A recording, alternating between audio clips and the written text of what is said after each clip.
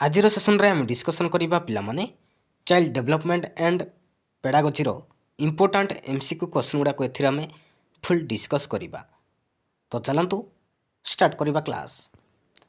ତ first question ରହିଛି ପିଲାମାନେ, ଭାରତବର୍ଷର ଶିକ୍ଷକ ପ୍ରଶିକ୍ଷଣ ପ୍ରତିଷ୍ଠାନକୁ ସ୍ୱୀକୃତି ଦେଉଥିବା ସଂସ୍ଥା କେଉଁଟା? କେଉଁଟା ପିଲାମାନେ? ଭାରତବର୍ଷର ଶିକ୍ଷକ ପ୍ରଶିକ୍ଷଣ ପ୍ରତିଷ୍ଠାନକୁ ସ୍ୱୀକୃତି ଦେଉଥିବା ସଂସ୍ଥା କେଉଁଟା? OPEPA ନା ELTI ନା TE&SCERT ନା NCTE ପିଲାମାନେ? କେଉଁଟା ହେବ ରାଇଟ୍ ଆନ୍ସର୍? ରାଇଟ୍ ଆନ୍ସର୍ ହେଇଯିବ ଅପସନ୍ ନମ୍ବର ଡି ପିଲାମାନେ, NCTE। ତ NCTEର ଫୁଲ୍ ଫର୍ମ କ'ଣ ହେବ ପିଲାମାନେ? ମନେ ରଖିବେ, national council for teacher education ହେବ। ମନେ ରଖିବେ, national council for teacher education. ଏହି ପରିଷଦ କେଉଁଠାରେ ଅବସ୍ଥିତ? ମନେ ରଖିବେ, ନୂଆଦିଲ୍ଲୀଠାରେ ଅବସ୍ଥିତ। ଏହା ଭାରତବର୍ଷର ବିଭିନ୍ନ ଶିକ୍ଷକ ଶିକ୍ଷା ପ୍ରଶିକ୍ଷଣ ଅନୁଷ୍ଠାନକୁ ସ୍ୱୀକୃତି ପ୍ରଦାନ କରିଥାଏ। ମନେ ରଖିବେ, NCTE। ତ ଅପସନ୍ ନମ୍ବର ଡି ହେଇଯିବ ରାଇଟ୍ ଆନ୍ସର୍। ତ OPEPAର ଫୁଲ୍ ଫର୍ମ କ'ଣ ହେବ? OPEPAର ମନେ ରଖିବେ Odisha primary education program authority ହେବ। ମନେ ରଖିବେ, Odisha primary education and program authority ହେବ। ଏହି କାର୍ଯ୍ୟାଳୟ ଆମ ଓଡ଼ିଶାରେ ଭୁବନେଶ୍ୱରରେ ଅବସ୍ଥିତ। ଏହା ପ୍ରାଥମିକ ଗୁଣାତ୍ମକ ଶିକ୍ଷା ପ୍ରଦାନ ପାଇଁ ବିଭିନ୍ନ କାର୍ଯ୍ୟକ୍ରମ ବ୍ୟବସ୍ଥା କରିଥାଏ। OPEPA ମନେ ରଖିବେ। ଆଉ ELTIର ଫୁଲ୍ ଫର୍ମ କ'ଣ ହେବ ପିଲାମାନେ? ELTI କ'ଣ?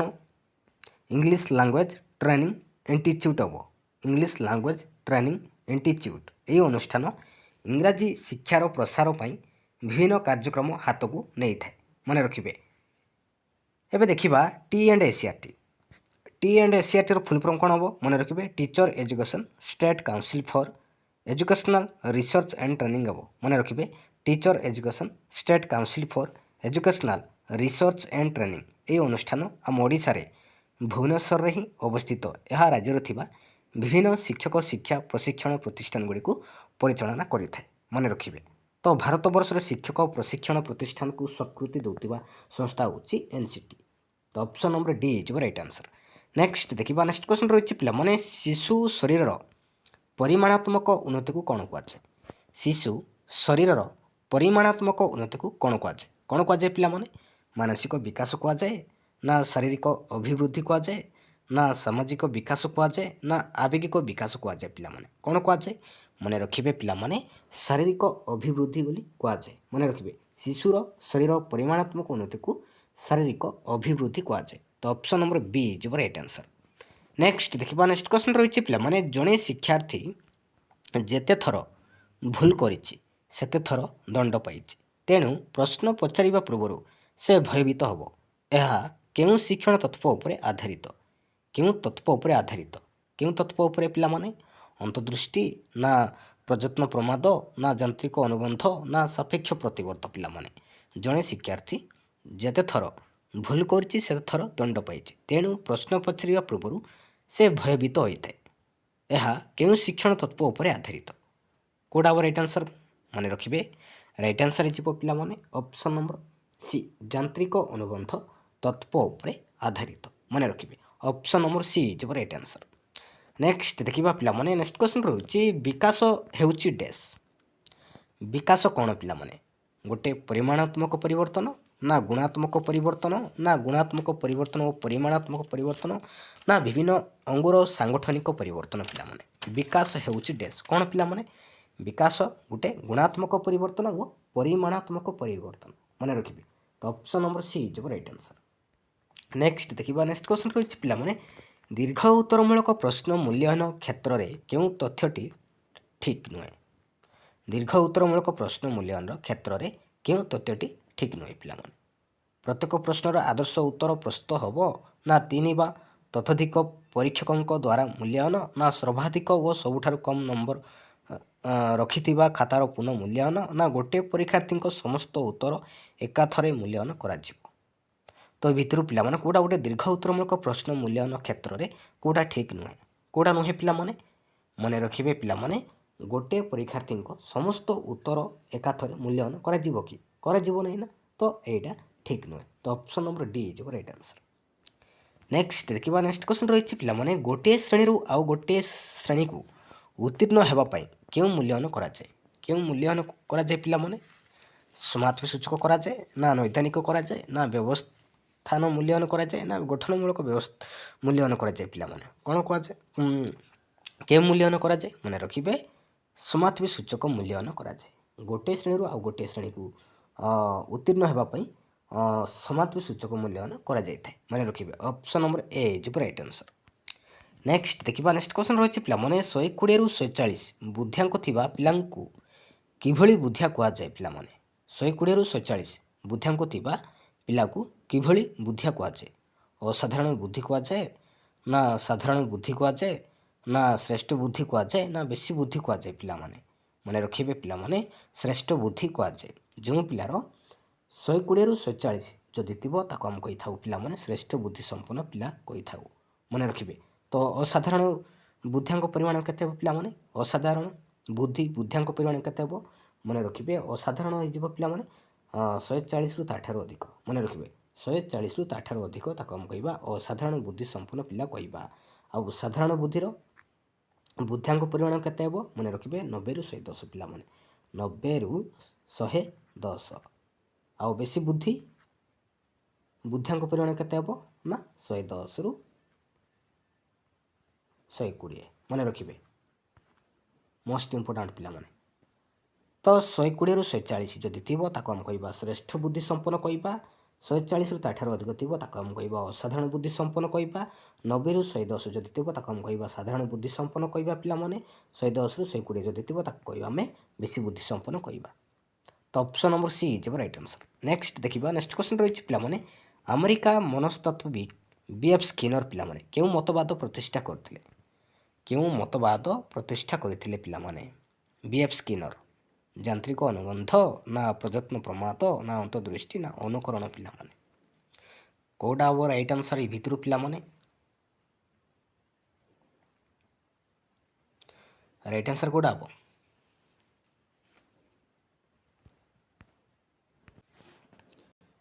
ରାଇଟ୍ ଆନ୍ସର୍ ହେଇଯିବ ପିଲାମାନେ ଅପସନ୍ ନମ୍ବର ଯାନ୍ତ୍ରିକ ଅନୁବନ୍ଧ ପିଲାମାନେ ମନେ ରଖିବେ B.F. ସ୍କିନର କେଉଁ ମତବାଦ ପ୍ରତିଷ୍ଠା କରୁଥିଲେ ନା ଯାନ୍ତ୍ରିକ ଅନୁବନ୍ଧ ମତବାଦ ପ୍ରତିଷ୍ଠା କରୁଥିଲେ ମନେ ରଖିବେ ଆଉ ପ୍ରଯତ୍ନ ପ୍ରମାଦର ପ୍ରବର୍ତ୍ତକ କିଏ ପିଲାମାନେ ମନେ ରଖିବେ ଥର୍ନଡାଇକ୍ ପିଲାମାନେ ଆଉ ଅନ୍ତର୍ଦୃଷ୍ଟିକୁ କେଉଁ ବ୍ୟକ୍ତି ମତବାଦ ପ୍ରତିଷ୍ଠା କରୁଥିଲେ ପିଲାମାନେ ଅନ୍ତର୍ଦୃଷ୍ଟିକୁ ମନେ ରଖିବେ କହିଲର ହେଇଗଲା କଫକା ପିଲାମାନେ ଭଏରଦିମାର ଲୁଇନ୍ ଏଇ 4 ଜଣ ବ୍ୟକ୍ତି ଅନ୍ତର୍ଦୃଷ୍ଟିକୁ ପ୍ରତିଷ୍ଠା କରୁଥିଲେ କହିଲର କଫକା ଭଏରଦିମାର ଲୁଇନ୍ ମନେ ରଖିବେ ଅନ୍ତର୍ଦୃଷ୍ଟିକୁ ତ ଅପସନ୍ ନମ୍ବର ଏ ଯିବ ରାଇଟ୍ ଆନ୍ସର୍। ନେକ୍ସଟ ଦେଖିବା ନେକ୍ସଟ କ୍ୱେଶ୍ଚନ୍ ରହିଛି ଆଶା କରାଯାଉଥିବା ଶିକ୍ଷଣ ଫଳାଫଳକୁ କ'ଣ କୁହାଯାଏ ଆଶା କରାଯାଉଥିବା ଶିକ୍ଷଣ ଫଳାଫଳକୁ କ'ଣ କୁହାଯାଏ ପିଲାମାନେ ଆଚରଣଗତ ପରିବର୍ତ୍ତନ କୁହାଯାଏ ନା ଶୈକ୍ଷିକ ଉଦ୍ଦେଶ୍ୟ କୁହାଯାଏ ନା ଶିକ୍ଷଣ ପ୍ରକ୍ରିୟା କୁହାଯାଏ ନା ଶିକ୍ଷଣ କାର୍ଯ୍ୟକ୍ରମ କୁହାଯାଏ ପିଲାମାନେ କ'ଣ କୁହାଯାଏ ମନେ ରଖିବେ ପିଲାମାନେ ଶୈକ୍ଷିକ ଉଦ୍ଦେଶ୍ୟ କୁହାଯାଏ ତ ଅପସନ୍ ନମ୍ବର ବି ଯିବ ରାଇଟ୍ ଆନ୍ସର୍ ଶୈକ୍ଷିକ ଉଦ୍ଦେଶ୍ୟ କୁହାଯାଏ। ନେକ୍ସଟ ଦେଖିବା ନେକ୍ସଟ କ୍ୱେଶ୍ଚନ୍ ରହିଛି 5 ବର୍ଷ ବୟସ ବେଳକୁ ଶିଶୁ ପ୍ରାୟ କେତୋଟି ଶବ୍ଦ ଶିଖିଥାଏ ପିଲାମାନେ 5 ବର୍ଷ ବୟସ ବେଳକୁ ଶିଶୁ ପ୍ରାୟ କେତୋଟି ଶବ୍ଦ ଶିଖିଥାଏ କେତୋଟି ପିଲାମାନେ ମନେ ରଖିବେ 2200 ଶବ୍ଦ ପିଲାମାନେ 2200 ଶବ୍ଦ ଜାଣିଥାଏ ତ ଅପସନ୍ ନମ୍ବର ଏ ଯିବ ରାଇଟ୍ ଆନ୍ସର୍। ନେକ୍ସଟ ଦେଖିବା ନେକ୍ସଟ କ୍ୱେଶ୍ଚନ୍ ରହିଛି କେଉଁଟି ମନୋବିଜ୍ଞାନକୁ ମନ ସମ୍ପର୍କୀୟ ବିଜ୍ଞାନ ବୋଲି ଅଭିହିତ କରେ କେଉଁଟି ମନୋବିଜ୍ଞାନକୁ ମନ ସମ୍ପର୍କୀୟ ବିଜ୍ଞାନ ବୋଲି ଅଭିହିତ କରେ ପିଲାମାନେ ଆତ୍ମା ପରି ମନର ସ୍ଥିତି ନାହିଁ ନା ବ୍ୟକ୍ତିର ଶାରୀରିକ ଦିଗ ବିଚାର୍ଯ୍ୟ ନୁହେଁ ନା ମନକୁ ନିର୍ଭୁଲ ବ୍ୟାଖ୍ୟା କରି ହୁଏ ନାହିଁ ନା ମନରେ ଧାରଣା ସୃଷ୍ଟିକୁ ବ୍ୟାଖ୍ୟା କରେ ପିଲାମାନେ କେଉଁଟା ହେବ ରାଇଟ୍ ଆନ୍ସର୍ ରାଇଟ୍ ଆନ୍ସର୍ ହେଇଯିବ ଅପସନ୍ ନମ୍ବର ଡି ମନରେ ଧାରଣା ସୃଷ୍ଟିକୁ ବ୍ୟାଖ୍ୟା କରେ ତ ଅପସନ୍ ନମ୍ବର ଡି ହେଇଯିବ ରାଇଟ୍ ଆନ୍ସର୍। ନେକ୍ସଟ ଦେଖିବା ନେକ୍ସଟ କ୍ୱେଶ୍ଚନ୍ ରହିଛି କେଉଁଟିକୁ ଆଭ୍ୟନ୍ତରୀଣ ଅଭିପ୍ରେରଣା ବୋଲି ବିବେଚନା କରାଯାଏ ତ ଭିତରୁ କେଉଁଟା ଗୋଟେ ଆଭ୍ୟନ୍ତରୀଣ ଅଭିପ୍ରେରଣାର ବିବେଚନା କରାଯାଉଛି ପିଲାମାନେ ପୁରସ୍କାର ନା ପ୍ରଶଂସା ନା ପ୍ରୋତ୍ସାହନ ନା କ୍ଷୁଧା ପିଲାମାନେ କେଉଁଟା ହେବ ରାଇଟ୍ ଆନ୍ସର୍ ହେଇଯିବ ପିଲାମାନେ ଅପସନ୍ ନମ୍ବର ଡି କ୍ଷୁଧା ପିଲାମାନେ ତ ଅପସନ୍ ନମ୍ବର ଡି ହେଇଯିବ ରାଇଟ୍ ଆନ୍ସର୍। ନେକ୍ସଟ ଦେଖିବା ନେକ୍ସଟ କ୍ୱେଶ୍ଚନ୍ ରହିଛି ଜନ୍ମରୁ 2 ବର୍ଷ ପର୍ଯ୍ୟନ୍ତ ଅବସ୍ଥାକୁ କ'ଣ କୁହାଯାଏ ଜନ୍ମରୁ 2 ବର୍ଷ ପର୍ଯ୍ୟନ୍ତ ଅବସ୍ଥାକୁ କ'ଣ କୁହାଯାଏ ଆଦ୍ୟ ବାଲ୍ୟାବସ୍ଥା କହିବା ନା ଶୈଶବ ଅବସ୍ଥା କହିବା ନା ପ୍ରାନ୍ତ ବାଲ୍ୟାବସ୍ଥା କହିବା ନା ପ୍ରାକ୍ କୈଶୋର ଅବସ୍ଥା କହିବା ପିଲାମାନେ ମନେ ରଖିବେ ତାକୁ ଆମେ କହିଥାଉ ଶୈଶବ ଅବସ୍ଥା କହିଥାଉ ସମ୍ବେଦିକାରକ ପର୍ଯ୍ୟାୟ କହିଥାଉ। ମନେ ରଖିବେ ଶୈଶବ ଅବସ୍ଥା, ଜନ୍ମରୁ 2 ବର୍ଷ ପର୍ଯ୍ୟନ୍ତକୁ ଆମେ କହିବା ଶୈଶବ ଅବସ୍ଥା କହିଥାଉ। ଆଉ ଆଦ୍ୟ ବାଲ୍ୟାବସ୍ଥାର ବୟସ ହେଉଛି ପିଲାମାନେ 2ରୁ 6 ବର୍ଷ, 2ରୁ 6 ବର୍ଷ। ଆଉ ପ୍ରାନ୍ତ ବାଲ୍ୟାବସ୍ଥାର ବୟସ ହେଉଛି 6ରୁ 12 ବର୍ଷ ମନେ ରଖିବେ। ଆଉ 12ରୁ 14 ବର୍ଷ କହିବା ଆମେ ପ୍ରାକ୍ କୈଶୋର ଅବସ୍ଥା କହିବା। ତ ଅପସନ୍ ନମ୍ବର ବି ଯିବ ରାଇଟ୍ ଆନ୍ସର୍। ନେକ୍ସଟ ଦେଖିବା, ନେକ୍ସଟ କ୍ୱେଶ୍ଚନ୍ ଅଛି ବ୍ୟକ୍ତିର ଆଚରଣ ଅଧ୍ୟୟନ ପାଇଁ ବ୍ୟବହୃତ କେଉଁ ପଦ୍ଧତିରେ 3ଟି ପରିବର୍ତ୍ତୀ ଦେଖାଯାଏ? ବ୍ୟକ୍ତି ଅଧ୍ୟୟନରେ, ନା ସାକ୍ଷାତକାରରେ, ନା ସ୍ୱପରୀକ୍ଷଣରେ, ନା ପର୍ଯ୍ୟବେକ୍ଷଣରେ? ପିଲାମାନେ ମନେ ରଖିବେ ସ୍ୱପରୀକ୍ଷଣରେ। ବ୍ୟକ୍ତିର ଆଚରଣ ଅଧ୍ୟୟନ ପାଇଁ ବ୍ୟବହୃତ ସ୍ୱପରୀକ୍ଷଣ ପଦ୍ଧତିରେ 3ଟି ପରିବର୍ତ୍ତୀ ଦେଖାଯାଏ। ତ ଅପସନ୍ ନମ୍ବର ସି ହେଇଯିବ ରାଇଟ୍ ଆନ୍ସର୍। ନେକ୍ସଟ ଦେଖିବା, ନେକ୍ସଟ କ୍ୱେଶ୍ଚନ୍ ରହିଛି ପିଲାମାନେ କୌଣସି ପ୍ରିୟ ଓ ଗୁରୁତ୍ୱପୂର୍ଣ୍ଣ ବସ୍ତୁ ହରାଇ ଶିକ୍ଷାର୍ଥୀ ପ୍ରକାଶ କରୁଥିବା ଆବେଗଟି କ'ଣ? ପିଲାମାନେ କୌଣସି ପ୍ରିୟ ଜିନିଷଟି ବା ଗୁରୁତ୍ୱ ଜିନିଷ ବସ୍ତୁ ଯଦି ହରାଇଲେ ଶିକ୍ଷାର୍ଥୀ ପ୍ରକାଶ କରୁଥିବା ଆବେଗଟି କ'ଣ? ଭୟ, ନା ବିକ୍ଷିପ୍ତ ବ୍ୟବହାର କରିଥାଏ, ନା ବିରକ୍ତି ହୋଇଥାଏ, ନା ଦୁଃଖ କରିଥାଏ? ପିଲାମାନେ ମନେ ରଖିବେ ଦୁଃଖ ନା ଦୁଃଖ କରିଥାଏ। କୌଣସି ପ୍ରିୟ ଜିନିଷ ବସ୍ତୁ ହରାଇଲେ ଶିକ୍ଷାର୍ଥୀ ଦୁଃଖ ପ୍ରକାଶ କରିଥାଏ। ତ ଅପସନ୍ ନମ୍ବର ଡି ଯିବ ରାଇଟ୍ ଆନ୍ସର୍। ନେକ୍ସଟ ଦେଖିବା, ନେକ୍ସଟ କ୍ୱେଶ୍ଚନ୍ ରହିଛି ଯେଉଁ କ୍ରୀଡ଼ାରେ କିଛି ନୀତି ନିୟମ ନଥାଏ ତାକୁ କେଉଁ କ୍ରୀଡ଼ା କୁହାଯାଏ? ପିଲାମାନେ ଯେଉଁ କ୍ରୀଡ଼ାରେ କିଛି ନୀତି ନିୟମ ନଥାଏ ତାକୁ କେଉଁ କ୍ରୀଡ଼ା କୁହାଯାଏ? କେଉଁ କ୍ରୀଡ଼ା କୁହାଯାଏ ପିଲାମାନେ? ମୁକ୍ତ କ୍ରୀଡ଼ା, ନା ନିୟନ୍ତ୍ରିତ, ନା ନିଷ୍କ୍ରିୟ, ନା ଶିଶୁ ଖେଳ? ପିଲାମାନେ କେଉଁଟା ହେବ ରାଇଟ୍ ଆନ୍ସର୍? ମନେ ରଖିବେ ରାଇଟ୍ ଆନ୍ସର୍ ଯିବ ପିଲାମାନେ ଅପସନ୍ ନମ୍ବର ଏ, ମୁକ୍ତ କ୍ରୀଡ଼ା କୁହାଯାଏ। ଯେଉଁ କ୍ରୀଡ଼ାରେ କିଛି ନୀତି ନିୟମ ନଥାଏ ତାକୁ ଆମେ କହିଥାଉ ମୁକ୍ତ କ୍ରୀଡ଼ା ବୋଲି କହିଥାଉ। ମନେ ରଖିବେ। ତ ନିୟନ୍ତ୍ରିତ କ୍ରୀଡ଼ା କ'ଣ ପିଲାମାନେ? ନିୟନ୍ତ୍ରିତ କ୍ରୀଡ଼ା ଯେଉଁ କ୍ରୀଡ଼ାରେ ଶିଶୁ ନିଜ ଇଚ୍ଛା ଅନୁସାରେ କାର୍ଯ୍ୟ କରିପାରେ ନାହିଁ ସେହି କ୍ରୀଡ଼ାକୁ ନିୟନ୍ତ୍ରିତ କ୍ରୀଡ଼ା କୁହାଯାଏ। ମନେ ରଖିବେ ଯେଉଁ କ୍ରୀଡ଼ାରେ ଶିଶୁ ନିଜ ଇଚ୍ଛା ଅନୁସାରେ କାର୍ଯ୍ୟ କରିପାରେ ନାହିଁ ସେହି କ୍ରୀଡ଼ାକୁ ନିୟନ୍ତ୍ରିତ କ୍ରୀଡ଼ା କୁହାଯାଏ। ଆଉ ନିଷ୍କ୍ରିୟ କ୍ରୀଡ଼ା କ'ଣ ପିଲାମାନେ? ନିଷ୍କ୍ରିୟ କ୍ରୀଡ଼ା ହେଉଛି ଅନ୍ୟର ବିଭିନ୍ନ କାର୍ଯ୍ୟକଳାପକୁ ଶୁଣି, ଦେଖି ବା ଉପଭୋଗ କରି ଆନନ୍ଦ ପାଇବାକୁ ତାକୁ ଆମେ କହିଥାଉ ନିଷ୍କ୍ରିୟ କ୍ରୀଡ଼ା ବୋଲି କୁହାଯାଏ। ମନେ ରଖିବେ ଅନ୍ୟର ବିଭିନ୍ନ କାର୍ଯ୍ୟକଳାପକୁ ଶୁଣି, ଦେଖି, ଉପଭୋଗ କରି ଆନନ୍ଦ ପାଇଥାଏ ତାକୁ ଆମେ କହିଥାଉ ନିଷ୍କ୍ରିୟ କ୍ରୀଡ଼ା କୁହାଯାଏ। ମନେ ରଖିବେ। ତ ଯେଉଁ କ୍ରୀଡ଼ାରେ କି କିଛି ନୀତି ନିୟମ ନଥାଏ ତାକୁ ଆମେ କହିଥାଉ ମୁକ୍ତ କ୍ରୀଡ଼ା।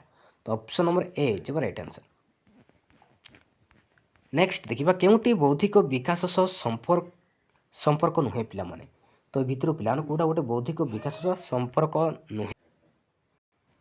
କେଉଁଟା ହେବ ରାଇଟ୍ ଆନ୍ସର୍? ସ୍ମରଣ ଶକ୍ତି ହେବ, ନା କଳ୍ପନା ଶକ୍ତି, ନା ଚିନ୍ତା ଶକ୍ତି, ନା ସହନ ଶକ୍ତି? ପିଲାମାନେ କେଉଁଟା ହେବ ରାଇଟ୍ ଆନ୍ସର୍? ରାଇଟ୍ ଆନ୍ସର୍ ହେଇଯିବ ପିଲାମାନେ ଅପସନ୍ ନମ୍ବର ଡି ସହନ ଶକ୍ତି। ପିଲାମାନେ ବୌଦ୍ଧିକ ବିକାଶ ସହ ସମ୍ପର୍କ ନୁହେଁ। ତ ଅପସନ୍ ନମ୍ବର ଡି ହେଇଯିବ ରାଇଟ୍ ଆନ୍ସର୍। ନେକ୍ସଟ ଦେଖିବା, ନେକ୍ସଟ କ୍ୱେଶ୍ଚନ୍ ରହିଛି ପିଲାମାନେ କ୍ରମବର୍ଦ୍ଧିଷ୍ଣୁ ବିକାଶମୂଳକ ଅବସ୍ଥାରେ ଘଟୁଥିବା ବୌଦ୍ଧିକ ଓ ସକ୍ରିୟ ଆଚରଣର ସଂଗଠନ ତଥା ଉପଯୋଜନମୂଳକ କ୍ରମିକତା ହିଁ ବୁଦ୍ଧି। ଏହି ସଂଜ୍ଞା କିଏ ଦେଇଥିଲେ? ପିଲାମାନେ କିଏ ଦେଇଥିଲେ? ସ୍ପିୟରମ୍ୟାନ୍, ନା ଜିନ୍ ପିଆଜେ, ନା ଗାଲ୍ଟନ୍, ନା ଟରମାନ ଦେଇଥିଲେ? ପିଲାମାନେ କିଏ ଦେଇଥିଲେ? ମନେ ରଖିବେ ଜିନ୍ ପିଆଜେ ଦେଇଥିଲେ ପିଲାମାନେ। ତ ଅପସନ୍ ନମ୍ବର ବି ଯିବ ରାଇଟ୍ ଆନ୍ସର୍ ଜିନ୍ ପିଆଜେ। ମନେ ରଖିବେ। ନେକ୍ସଟ ଦେଖିବା, ନେକ୍ସଟ କ୍ୱେଶ୍ଚନ୍ ରହିଛି କେଉଁ ଶିକ୍ଷାର୍ଥୀ ନିଜର ସମବୟସ୍କମାନଙ୍କ ତୁଳନାରେ ଶିକ୍ଷଣ ଉପଲବ୍ଧି କ୍ଷେତ୍ରରେ ଯଥେଷ୍ଟ ପଛରେ ଥାନ୍ତି ତାହାଙ୍କୁ କେଉଁ ପ୍ରକାର ଶିକ୍ଷାର୍ଥୀ କୁହାଯାଏ? ପିଲାମାନେ କେଉଁ ପ୍ରକାର ଶିକ୍ଷାର୍ଥୀ କୁହାଯାଏ? ପ୍ରତିଭାଶାଳୀ, ନା ଅନଗ୍ରସର, ନା ସାଧାରଣ, ନା ମନ୍ଥର? ପିଲାମାନେ ମନେ ରଖିବେ ଅନଗ୍ରସରତା ଶିକ୍ଷାର୍ଥୀ କୁହାଯାଏ। ମନେ ରଖିବେ। ତ ଅପସନ୍ ନମ୍ବର ବି ଯିବ ରାଇଟ୍ ଆନ୍ସର୍। ତ ନେକ୍ସଟ ଦେଖିବା, ନେକ୍ସଟ କ୍ୱେଶ୍ଚନ୍ ରହିଛି ପିଲାମାନେ କେଉଁଟି ଦୃଶ୍ୟ ଉପକରଣ? ତ ଏ ଭିତରୁ ପିଲାମାନେ କେଉଁଟା ଗୋଟେ ଦୃଶ୍ୟ ଉପକରଣ? ପିଲାମାନେ ଟେଲିଭିଜନ, ନା ରେଡ଼ିଓ, ନା ଗ୍ରାମୋଫୋନ୍, ନା ଛବି? ପିଲାମାନେ ତ ଏ ଭିତରୁ କେଉଁଟା ଗୋଟେ ଦୃଶ୍ୟ ଉପକରଣ? କେଉଁଟା ହେବ ରାଇଟ୍ ଆନ୍ସର୍? ମନେ ରଖିବେ ରାଇଟ୍ ଆନ୍ସର୍ ହେଇଯିବ ପିଲାମାନେ ଅପସନ୍ ନମ୍ବର ଡି ଛବି। ପିଲାମାନେ ମନେ ରଖିବେ ତ ଏଇଟା ହେଇଯିବ ଗୋଟେ ଦୃଶ୍ୟ ଉପକରଣ।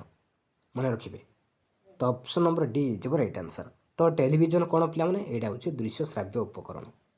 ମନେ ରଖିବେ। ତ ରେଡ଼ିଓ ହେଇଗଲା ଶ୍ରାବ୍ୟ ଉପକରଣ, ଗ୍ରାମୋଫୋନ୍ ମଧ୍ୟ ଶ୍ରାବ୍ୟ ଉପକରଣ। ମନେ ରଖିବେ। ତ ଅପସନ୍ ନମ୍ବର ଡି ହେଇଯିବ ରାଇଟ୍ ଆନ୍ସର୍। ନେକ୍ସଟ ଦେଖିବା, ନେକ୍ସଟ କ୍ୱେଶ୍ଚନ୍ ରହିଛି ପିଲାମାନେ କେଉଁଟି ସୁପ୍ରସ୍ତୁତ ଉପକରଣ ନୁହେଁ। ତ ଭିତରୁ ପିଲାମାନେ କେଉଁଟା ଗୋଟେ ସୁପ୍ରସ୍ତୁତ ଉପକରଣ ନୁହେଁ ପିଲାମାନେ। ରିଲିଫ୍ ମାନଚିତ୍ର ନା ରେଖାଙ୍କିତ ମାନଚିତ୍ର ନା ସ୍ଲାଇଡ୍ସ ନା ମଡେଲ ପିଲାମାନେ। କେଉଁଟା ହେବ ରାଇଟ୍ ଆନ୍ସର୍ ଏ ଭିତରୁ? ରାଇଟ୍ ଆନ୍ସର୍ ଯିବ ପିଲାମାନେ ଅପସନ୍ ନମ୍ବର ସି ସ୍ଲାଇଡ୍ସ ପିଲାମାନେ। ତ ଏଇଟା ହେଉଛି ଗୋଟେ ପ୍ରକ୍ଷେପିତ ଉପକରଣ, ମନେ ରଖିବେ ପ୍ରକ୍ଷେପିତ ଉପକରଣ। ତ ସୁପ୍ରସ୍ତୁତ ଉପକରଣ ହେଇଗଲା ରିଲିଫ୍ ମାନଚିତ୍ର, ରେଖାଙ୍କିତ ମାନଚିତ୍ର, ମଡେଲ। ଏଇଟା ହେଉଛି ସୁପ୍ରସ୍ତୁତ ଉପକରଣ, କିନ୍ତୁ ସ୍ଲାଇଡ୍ସ ନୁହେଁ ପିଲାମାନେ। ସ୍ଲାଇଡ୍ସ ଏଇଟା ହେଉଛି ଗୋଟେ ପ୍ରକ୍ଷେପିତ ଉପକରଣ। ତ ଅପସନ୍ ନମ୍ବର ସି ଯିବ ରାଇଟ୍ ଆନ୍ସର୍। ନେକ୍ସଟ ଦେଖିବା, ନେକ୍ସଟ କ୍ୱେଶ୍ଚନ୍ ରହିଛି କେଉଁଟି ପାରଦର୍ଶିତା ଶିକ୍ଷଣର ଏକ ଉପାଦାନ? ତ ଭିତରୁ ପିଲାମାନେ କେଉଁଟା ଗୋଟେ ପାରଦର୍ଶିତା ଶିକ୍ଷଣର ଏକ ଉପାଦାନ ପିଲାମାନେ? କେଉଁଟା ହେବ ରାଇଟ୍ ଆନ୍ସର୍? ପାରଦର୍ଶିତାର ସଂଜ୍ଞା ନିରୂପଣ ନା ପାରଦର୍ଶିତା ମୂଳକ ତାଲିମ ନା ବିକଳ୍ପ ଶିକ୍ଷାଦାନ ପଦ୍ଧତି ନା ପାରଦର୍ଶିତାର ନିରୂପଣ ପିଲାମାନେ? କେଉଁଟା ହେବ ରାଇଟ୍ ଆନ୍ସର୍ ଏ ଭିତରୁ ପିଲାମାନେ? ରାଇଟ୍ ଆନ୍ସର୍ କେଉଁଟା ହେବ ଏ ଭିତରୁ ପିଲାମାନେ? ରାଇଟ୍ ଆନ୍ସର୍ ଯିବ ଅପସନ୍ ନମ୍ବର ଏ ପାରଦର୍ଶିତାର ସଂଜ୍ଞା ନିରୂପଣ ପିଲାମାନେ। ତ ଅପସନ୍ ନମ୍ବର ଏ ଯିବ ରାଇଟ୍ ଆନ୍ସର୍। ନେକ୍ସଟ ଦେଖିବା, ନେକ୍ସଟ କ୍ୱେଶ୍ଚନ୍ ରହିଛି ପିଲାମାନେ ଶିକ୍ଷାର୍ଥୀ ଶିଖିବା ପାଇଁ ଆଗ୍ରହ ପ୍ରକାଶ କରୁଥିବା ବେଳେ ତାକୁ ଶିକ୍ଷା ନ କଲେ ତାଠାରେ ହତାଶ ଭାବେ ଦେଖାଦିଏ। ଏହା ଶିକ୍ଷଣର କେଉଁ ନିୟମ ଉପରେ ଆଧାରିତ? ଅଭ୍ୟାସ ନା ପ୍ରସ୍ତୁତି ନା ଫଳାଫଳ ନିୟମ ଉପରେ ଆଧାରିତ ନା ସାଦୃଶ୍ୟ ପିଲାମାନେ? କେଉଁଟା ହେବ ରାଇଟ୍ ଆନ୍ସର୍ ଭିତରୁ ପିଲାମାନେ? ରାଇଟ୍ ଆନ୍ସର୍ ଯିବ ଅପସନ୍ ନମ୍ବର ବି ପ୍ରସ୍ତୁତି ପିଲାମାନେ। ପ୍ରସ୍ତୁତି ନିୟମ ଉପରେ ଆଧାରିତ। ନେକ୍ସଟ ଦେଖିବା, ନେକ୍ସଟ କ୍ୱେଶ୍ଚନ୍ ରହିଛି ପିଲାମାନେ କେଉଁଟି ଦ୍ୱାରା ସୃଜନଶୀଳ ଚିନ୍ତନର ପରୀକ୍ଷଣ କରାଯାଏ? କାହା ଦ୍ୱାରା ସୃଜନଶୀଳ ଚିନ୍ତନର ପରୀକ୍ଷଣ କରାଯାଏ ପିଲାମାନେ? ଗଠନମୂଳକ ପରୀକ୍ଷା ନା ସମାପନ ପରୀକ୍ଷା ଦ୍ୱାରା ନା ନିଦାନମୂଳକ ପରୀକ୍ଷା ଦ୍ୱାରା ନା ଟାରାନସ୍ ଚିନ୍ତନ ପରୀକ୍ଷା ଦ୍ୱାରା ପିଲାମାନେ? କେଉଁଟା ହେବ ରାଇଟ୍ ଆନ୍ସର୍ ଏ ଭିତରୁ? ରାଇଟ୍ ଆନ୍ସର୍ ଯିବ ଅପସନ୍ ନମ୍ବର ଡି ଟାରାନସ୍ ଚିନ୍ତନ ପରୀକ୍ଷା ଦ୍ୱାରା, ମନେ ରଖିବେ। ତ ଅପସନ୍ ନମ୍ବର ଡି ଯିବ ରାଇଟ୍ ଆନ୍ସର୍। ନେକ୍ସଟ ଦେଖିବା, ନେକ୍ସଟ କ୍ୱେଶ୍ଚନ୍ ରହିଛି କେଉଁଟି ଦ୍ୱାରା ଶିକ୍ଷାର୍ଥୀର ଶିକ୍ଷଣ ଉପଲବ୍ଧି ପରୀକ୍ଷା କରାଯାଏ? କାହା ଦ୍ୱାରା ଶିକ୍ଷାର୍ଥୀର ଶିକ୍ଷଣ ଉପଲବ୍ଧି ପରୀକ୍ଷା କରାଯାଇଥାଏ ପିଲାମାନେ? ଅଭିଯୋଗ୍ୟତା ପରୀକ୍ଷଣ ଦ୍ୱାରା ନା ଏକକ ପରୀକ୍ଷଣ ଦ୍ୱାରା ନା କୃତି ପରୀକ୍ଷଣ ଦ୍ୱାରା ନା ମନୋବୃତ୍ତି ପରୀକ୍ଷଣ ଦ୍ୱାରା ପିଲାମାନେ? କେଉଁଟା ହେବ ରାଇଟ୍ ଆନ୍ସର୍ ଭିତରୁ ପିଲାମାନେ? ରାଇଟ୍ ଆନ୍ସର୍ ଯିବ ଅପସନ୍ ନମ୍ବର ସି କୃତି ପରୀକ୍ଷଣ, ମନେ ରଖିବେ। କୃତି ପରୀକ୍ଷଣ ଦ୍ୱାରା ଶିକ୍ଷାର୍ଥୀର ଶିକ୍ଷଣ ଉପଲବ୍ଧି ପରୀକ୍ଷା କରାଯାଏ। ନେକ୍ସଟ ଦେଖିବା, ନେକ୍ସଟ କ୍ୱେଶ୍ଚନ୍ ରହିଛି ପ୍ରଦର୍ଶନ ବୋର୍ଡକୁ କେଉଁ ପ୍ରକାର ଉପକରଣ କୁହାଯାଏ ପିଲାମାନେ? ପ୍ରଦର୍ଶନ ବୋର୍ଡକୁ କେଉଁ ପ୍ରକାର ଉପକରଣ କୁହାଯାଏ? ମାତ୍ରା ସୂଚକ ନା ପ୍ରଦର୍ଶନ ନା ଦୃଶ୍ୟ ନା ଶ୍ରାବ୍ୟ ପିଲାମାନେ? କେଉଁଟା ହେବ ରାଇଟ୍ ଆନ୍ସର୍? ରାଇଟ୍ ଆନ୍ସର୍ ହେଇଯିବ ଅପସନ୍ ନମ୍ବର ବି ପ୍ରଦର୍ଶନ ବୋର୍ଡକୁ ପ୍ରଦର୍ଶନ ଉପକରଣ କୁହାଯାଏ। ତ ଅପସନ୍ ନମ୍ବର ବି ଯିବ ରାଇଟ୍ ଆନ୍ସର୍। ନେକ୍ସଟ ଦେଖିବା ପର୍ଯ୍ୟବେକ୍ଷଣ ତତ୍ତ୍ୱ କେଉଁ ଶିକ୍ଷାବିତଙ୍କ ଦ୍ୱାରା ପ୍ରତିପାଦିତ? ପର୍ଯ୍ୟବେକ୍ଷଣ ତତ୍ତ୍ୱ କେଉଁ ଶିକ୍ଷାବିତଙ୍କ ଦ୍ୱାରା ପ୍ରତିପାଦିତ ପିଲାମାନେ? ଥର୍ନଡାଇକ୍ ନା ବାନ୍ଦୁରା ନା କହେଲର ନା ବ୍ରୁନର ପିଲାମାନେ? କେଉଁଟା ହେବ ରାଇଟ୍ ଆନ୍ସର୍? ମନେ ରଖିବେ ରାଇଟ୍ ଆନ୍ସର୍ ଯିବ ଅପସନ୍ ନମ୍ବର ବି ବାନ୍ଦୁରା ୱାଲ୍ଟର ପିଲାମାନେ। ବାନ୍ଦୁରା ୱାଲ୍ଟର ଦ୍ୱାରା ପ୍ରତିପାଦିତ। ଅପସନ୍ ନମ୍ବର ବି ଯିବ ରାଇଟ୍ ଆନ୍ସର୍। ନେକ୍ସଟ ଦେଖିବା କେଉଁଟି ମାନସିକ ଦକ୍ଷତାର ଅନ୍ତର୍ଭୁକ୍ତ ନୁହେଁ? ତ ଭିତରୁ ପିଲାମାନେ କେଉଁଟା ଗୋଟେ ମାନସିକ ଦକ୍ଷତାର ଅନ୍ତର୍ଭୁକ୍ତ ନୁହେଁ ପିଲାମାନେ? ଚିନ୍ତା କରିବା, ତ ଏଇଟା ଗୋଟେ ମାନସିକ ଦକ୍ଷତା। ବାଛ ବିଚାର କରିବା, ଏଇଟା ମଧ୍ୟ ଗୋଟେ ମାନସିକର କାର୍ଯ୍ୟ। କ୍ରମରେ ସଜାଡ଼ିବା, ତ ଏଇଟା ମଧ୍ୟ ଗୋଟେ ମାନସିକ ଦକ୍ଷତା। କିନ୍ତୁ ଆଲୋଚନା କରିବା, ଏଇଟା କିନ୍ତୁ ମାନସିକ କାର୍ଯ୍ୟ ନୁହେଁ। ତ ଅପସନ୍ ନମ୍ବର ଡି ଯିବ ରାଇଟ୍ ଆନ୍ସର୍। ନେକ୍ସଟ ଦେଖିବା, ନେକ୍ସଟ କ୍ୱେଶ୍ଚନ୍ ରହିଛି 1993 ମସିହାରେ ହୋଇଥିବା ସର୍ବଭାରତୀୟ ଶିକ୍ଷା ସର୍ବେକ୍ଷଣରୁ କେତେ ଭାଗ ପ୍ରାଥମିକ ବିଦ୍ୟାଳୟରେ ବହୁତ ଶ୍ରେଣୀ ପରିସ୍ଥିତି ଅଛି ବୋଲି ଜଣାଯାଏ? 93.73 ନା 93.74 ନା 93.75 ନା 93.76? କେଉଁଟା ହେବ ରାଇଟ୍ ଆନ୍ସର୍? ରାଇଟ୍ ଆନ୍ସର୍ ଯିବ ପିଲାମାନେ ଅପସନ୍ ନମ୍ବର ସି 93.75 ଜଣାଯାଏ, ମନେ ରଖିବେ। ତ ଅପସନ୍ ନମ୍ବର ସି ଯିବ ରାଇଟ୍ ଆନ୍ସର୍।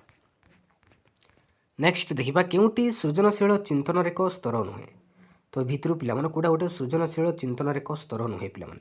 ପ୍ରସ୍ତୁତି ନା ଅଧିପାଳନ ନା ଅନୁପ୍ରେରଣ ନା ସମସ୍ୟା ସ୍ପଷ୍ଟୀକରଣ? କେଉଁଟା ନୁହେଁ ମନେ ରଖିବେ, ସମସ୍ୟା ସ୍ପଷ୍ଟୀକରଣ ନୁହେଁ। ତ option number D is right answer. Thank you.